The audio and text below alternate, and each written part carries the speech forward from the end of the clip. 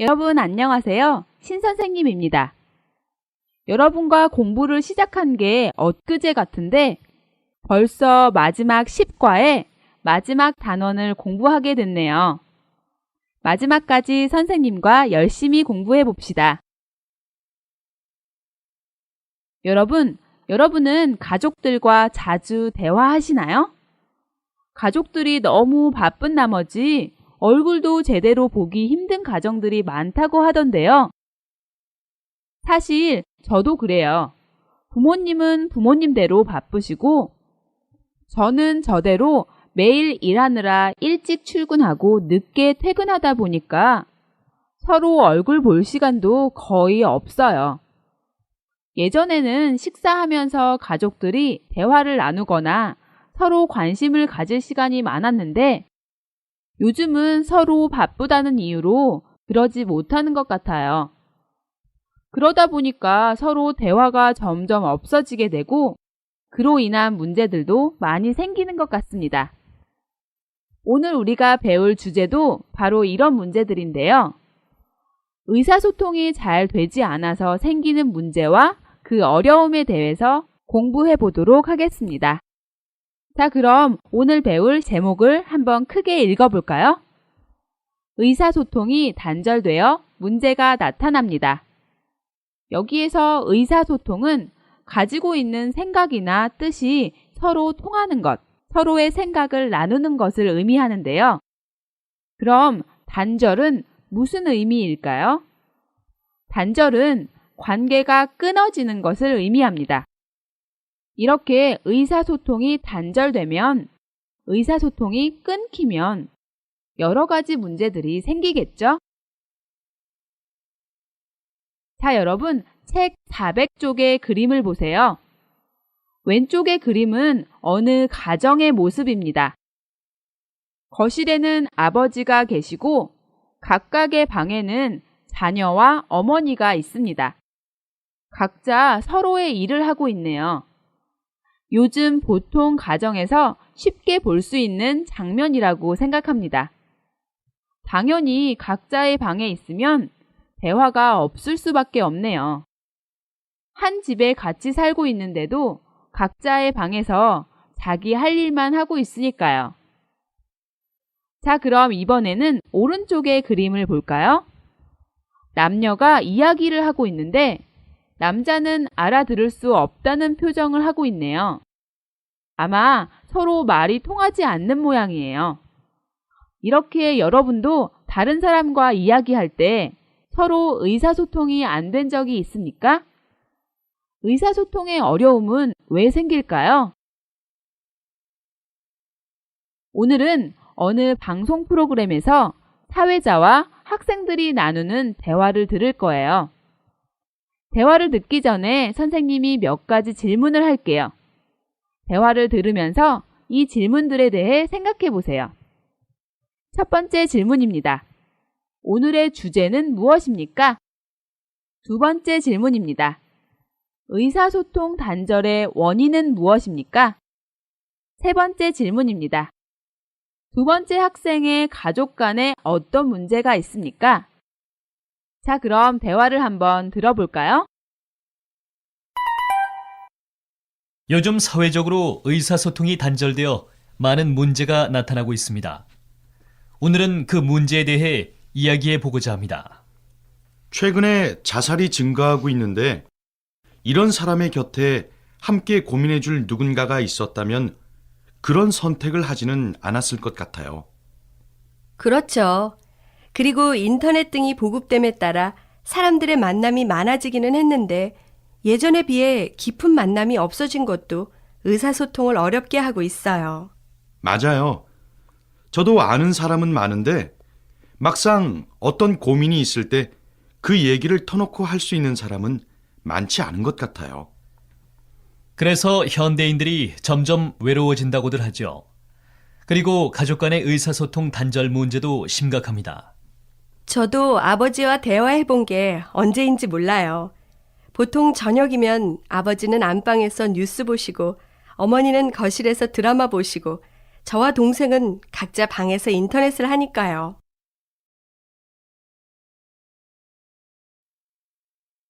여러분 잘 들으셨죠? 그럼 세 가지 질문에 대한 답을 찾아볼까요? 첫 번째 질문. 오늘의 주제는 무엇입니까? 네, 사회적으로 의사소통이 단절되어 나타나는 많은 문제들이 오늘의 주제였죠. 그 다음 두 번째 문제입니다. 의사소통 단절의 원인은 무엇입니까? 첫 번째 학생이 말한 원인은 곁에 함께 고민해줄 사람이 없다는 것이었습니다. 그리고 두 번째 학생이 말한 원인은 인터넷이 퍼지면서 사람들의 만남이 많아지기는 했어도 예전에 비해 깊은 만남은 없다는 것이 의사소통을 어렵게 하는 원인이라고 지적했죠. 자, 그럼 세 번째 질문을 볼까요? 두 번째 학생의 가족 간에 어떤 문제가 있습니까? 네, 가족 간의 의사소통 단절 문제도 심각한데 그 예로 두 번째 학생의 가족은 저녁이 되면 가족들이 각각 떨어져서 자기 할 일만 한다고 이야기했죠. 자, 그럼 이제 대화의 내용을 자세히 살펴보면서 어휘와 표현들도 같이 배워볼까요? 먼저 방송 프로그램에서 사회자가 이야기합니다. 요즘 사회적으로 의사소통이 단절되어 많은 문제가 나타나고 있습니다. 오늘은 그 문제에 대해 이야기해 보고자 합니다. 의사소통이 끊어져서, 즉 단절되어서 요즘 사회적으로 문제가 나타나고 있다고 말했습니다. 이 문장에서 고자라는 문법을 사용했네요. 문장의 주어에 의도나 행동의 목적을 나타낼 때 사용하는 문법이었죠. 그래서 요즘 사회적으로 의사소통이 단절되면서 많은 문제가 생겼고 오늘은 그 문제에 대해서 이야기해 보려고 한다라는 의도가 있다는 의미입니다. 사회자의 주제를 듣고 첫 번째 학생이 의사소통이 단절되면서 나타난 사회 문제와 그 원인에 대해서 이야기하고 있습니다. 최근에 자살이 증가하고 있는데 이런 사람의 곁에 함께 고민해줄 누군가가 있었다면 그런 선택을 하지는 않았을 것 같아요. 최근에 자살하는 사람들이 점점 많아지고 있다는 것을 지적하면서 그 사람들 주변에 함께 고민해줄 어떤 사람이 있었다면 자살이라는 나쁜 선택을 하지 않았을 것 같다고 이야기합니다. 여기서 자살은 스스로 자기의 목숨을 끊는 것을 의미합니다. 또 증가하다는 늘어나다, 많아지다의 의미죠. 그럼 두 번째 학생은 이렇게 사회적으로 의사소통이 단절된 원인을 어디에서 찾고 있는지 들어볼까요? 그렇죠. 그리고 인터넷 등이 보급됨에 따라 사람들의 만남이 많아지기는 했는데 예전에 비해 깊은 만남이 없어진 것도 의사소통을 어렵게 하고 있어요. 여기에서 보급되다는 널리 퍼져서 많은 사람들에게 골고루 미치게 되어 누리게 된다는 의미입니다. 처음에는 텔레비전이 집집마다 있었던 흔한 물건이 아니었는데 80년대에 들어 텔레비전이 보급되기 시작했습니다. 또 1900년대 후반부터는 인터넷이 보급되면서 사람들의 만남이 많아졌지만 예전에 비해서 깊은 만남이 없어진 것이 의사소통을 어렵게 하는 원인이라고 지적했습니다. 여기에서 지난번에 배운 음에 따라, 미음에 따라가 사용되었네요. 인터넷 등이 보급되면서 그것으로 인해 뒤에 따라오는 결과에 대해 이야기할 때 사용하는 문법이었는데요. 여기에서는 인터넷 등이 보급되면서 그것으로 인해 사람들의 만남이 많아졌다라는 결과를 이야기했죠. 다음 대화도 이어서 볼까요? 맞아요. 저도 아는 사람은 많은데 막상 어떤 고민이 있을 때 그 얘기를 터놓고 할 수 있는 사람은 많지 않은 것 같아요. 여러분은 어떠세요? 주변에 아는 사람이 많아도 실제로 어떤 고민이 생겼을 때 그 얘기를 터놓고 말할 사람은 별로 많지 않은 것 같아요. 이때 터놓다는 마음에 숨기는 것이 없이 드러내다의 의미로 마음을 터놓다, 마음을 터놓고 이야기하다와 같이 많이 사용합니다. 그래서 현대인들이 점점 외로워진다고들 하죠. 그리고 가족 간의 의사소통 단절 문제도 심각합니다. 주변에 아는 사람들이 많아도 막상 고민을 터놓고 말할 수 있는 사람이 없다 보니까 사람들은 쉽게 외로움을 느끼게 되겠죠. 이것뿐만 아니라 가정에서도 의사소통 단절 문제가 있습니다. 가족 간의 대화가 단절된 거죠. 앞에서 본 그림처럼 각각의 방에서 각자 일을 하다 보니까 서로 나누는 대화가 없어지고 또 대화를 나누지 않다 보니까 그 관계가 점점 멀어지게 되겠죠. 저도 아버지와 대화해본 게 언제인지 몰라요. 보통 저녁이면 아버지는 안방에서 뉴스 보시고 어머니는 거실에서 드라마 보시고 저와 동생은 각자 방에서 인터넷을 하니까요. 요즘은 저녁이 되면 온 가족이 함께 모여서 하루 일과에 대해 서로 이야기하고 대화를 나누는 모습을 찾아보기 힘듭니다. 가족들 사이에 대화가 끊어졌다고 할 수 있겠죠. 각자의 방에서 각자의 할 일을 하느라고 대화를 나누지 않는 모습은 이제 자연스러운 모습이 되어버렸어요. 정말 슬픈 현실이죠. 지금까지 사회자와 학생들의 대화를 살펴봤는데요. 자, 그럼 이제 401쪽의 어휘를 살펴볼까요? 오늘은 문장을 연결해주는 어휘에 대해 배워보겠습니다. 먼저 또한입니다. 또한은 그 위에 더 또는 거기에다가 더라는 의미로 그리고의 의미와 비슷합니다. 보통 앞의 문장과 성격이나 이미지가 비슷한 것을 더 말할 때 사용합니다. 다음은 반면입니다. 반면은 뒤에 오는 말이 앞의 내용과 반대, 상반됨을 나타낼 때 사용합니다. 다음은 우선입니다. 우선은 어떤 일에 앞서서라는 의미로 먼저와 바꿔 쓸 수 있습니다. 다른 것보다 먼저 이것을 이야기할 때 우선 이것부터 봅시다 라고 많이 이야기합니다. 다음은 그 결과입니다. 그 결과는 말 그대로 앞의 이유나 원인에 대해 말하고 그로 인한 결과를 이야기할 때 사용합니다. 다음은 따라서입니다. 따라서는 앞에서 말한 일이 뒤에서 말할 일의 원인이나 이유, 근거가 됨을 나타내는 말로 그래서와 같은 의미입니다. 다음은 예를 들면입니다. 예를 들면도 말 그대로 이해를 돕기 위해서 예를 들어서 설명할 때 말합니다. 예를 들면은 선생님이 많이 사용했기 때문에 여러분이 잘 아실 거예요. 다음은 이외에도입니다. 이외에도는 앞에서 말한 것 말고도 또 다른 것을 말할 때 이야기합니다. 이외에도와 같은 의미로 그 밖에 라는 단어도 있습니다. 다음은 마지막으로입니다. 마지막으로는 우선과 반대 의미가 되는데요. 말 그대로 끝을 맺을 때 마지막으로 사용하는 표현입니다. 자, 그럼 어휘에 대한 설명을 간단히 했는데요. 이미 알고 있던 의미의 어휘들도 많은 것 같네요. 그러면 이제 아래에 있는 1번 문제부터 풀어볼까요? 서로 어울리는 문장을 연결하고 이야기를 만들어 보세요. 앞의 문장과 뒤의 문장을 잘 보고 문장을 연결하시면 됩니다.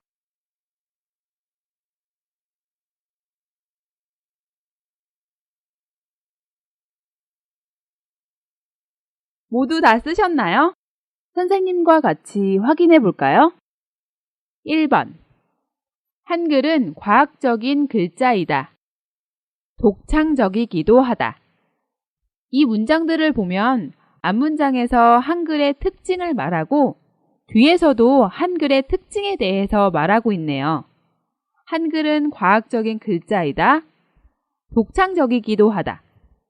여기에서 독창적은 다른 것을 모방함이 없이 새로운 것을 처음으로 만들어내거나 생각해내는 것을 의미합니다. 이 두 문장 사이에는 또한을 사용하면 되겠네요. 그래서 한글은 과학적인 글자이다. 또한 독창적이기도 하다. 그럼 2번도 한번 연결해 볼까요?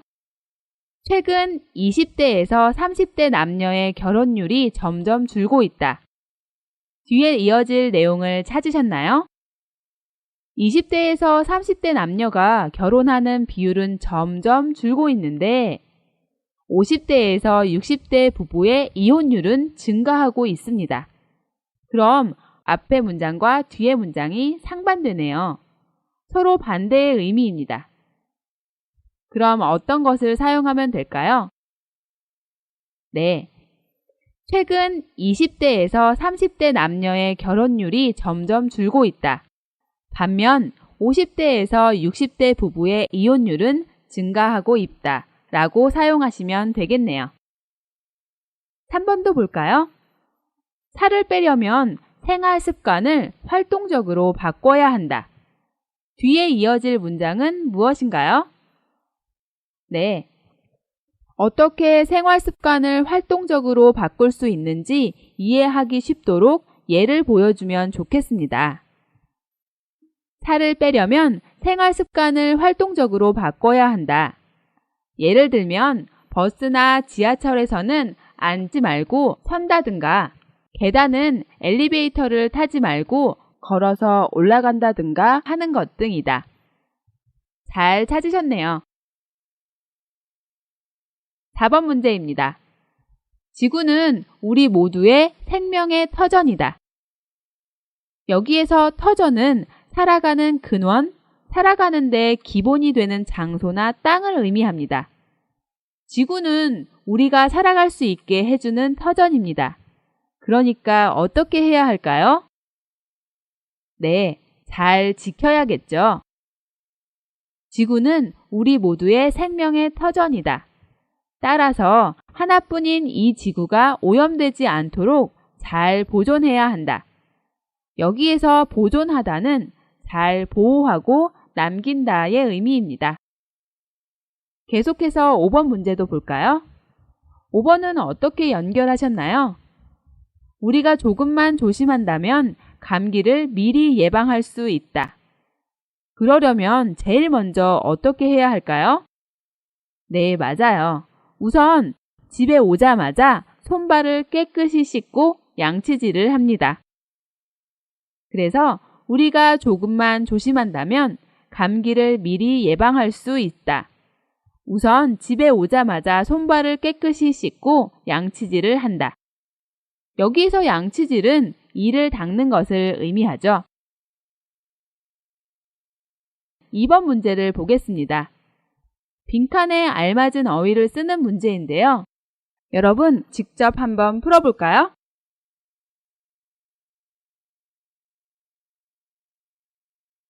모두 다 쓰셨죠? 답을 먼저 확인해 보겠습니다. 문화적 차이는 의식주뿐만 아니라 세계를 이해하고 인식하는 방법에서도 나타난다. 문화적 차이는 의식주, 그러니까 입고, 먹고, 사는 것뿐만 아니라 세계를 이해하고 인식하는 방법, 즉 판단하는 방법에서도 나타납니다. 미국의 한 심리학과 교수는 동아시아 문화권의 학생들과 유럽 문화권 학생들을 대상으로 다음과 같은 실험을 했다. 미국의 한 심리학과 교수는 동아시아 문화권 학생들과 유럽 문화권 학생들에게 실험을 했다고 합니다. 우선 소와 닭, 풀이 그려진 그림을 보여주고 관련이 있는 두 그림을 고르게 했다. 다음으로 판다와 원숭이, 바나나 그림을 보여주고 이 중 가장 관련이 있는 두 가지를 고르게 했다. 먼저 소, 닭, 풀 그림을 보여주고 서로 관계가 있는 상관이 있는 그림 2개를 고르게 했습니다. 그 다음에 판다와 원숭이, 바나나 그림을 보여주고 관계가 있는 2가지를 고르게 했다고 하네요. 실험 결과 동양인 학생들은 대부분 소와 풀의 그림 2장을 고르고 원숭이와 바나나가 서로 관련이 있다고 대답했다. 실험 결과가 어떻게 나왔나요? 동양인 학생들은 거의 대부분이 소와 풀 그림, 원숭이와 바나나 그림이 서로 관계가 있다고 대답했다고 합니다. 반면 서양인 학생들은 소와 닭 그림을 고르고 판다와 원숭이가 서로 관련이 있다고 대답했다. 소와 풀 그림, 원숭이와 바나나 그림을 고른 동양인 학생과는 달리 서양인 학생들은 소와 닭, 판다와 원숭이 그림을 골랐는데요. 서양인 학생들은 소와 닭, 판다와 원숭이가 서로 관련이 있다고 생각한 것입니다. 그리고 그 결과 왜 그렇게 골랐는지 그 이유에 대해서 물어보았더니 서양인들은 소와 닭, 판다와 원숭이가 같은 동물의 범주에 속하기 때문이라고 했고 동양인들은 소가 풀을 먹기 때문에 원숭이가 바나나를 먹기 때문이라고 했다. 동서양인 학생들이 서로 다른 대답을 한 것을 보고 그 결과 왜 그렇게 골랐는지 이유를 물었습니다. 여기에서 범주는 범위를 의미하는데요. 서양인은 소와 닭, 판다와 원숭이가 같은 동물의 범위라고 생각했고 동양인들은 소가 풀을 먹고 원숭이가 바나나를 먹기 때문이라고 대답했다고 합니다. 이 실험을 통해 우리는 동양인과 서양인의 생각이 얼마나 많이 차이가 나는지 알 수 있다. 이 실험의 결과를 보고 우리는 동양인과 서양인의 생각이 얼마나 다른지 그 차이를 알 수 있었습니다. 또한 이러한 차이로 인해 언어 생활에서도 서양인들은 명사를 상대적으로 더 많이 사용하고 동양인들은 동사를 더 많이 사용한다고 한다.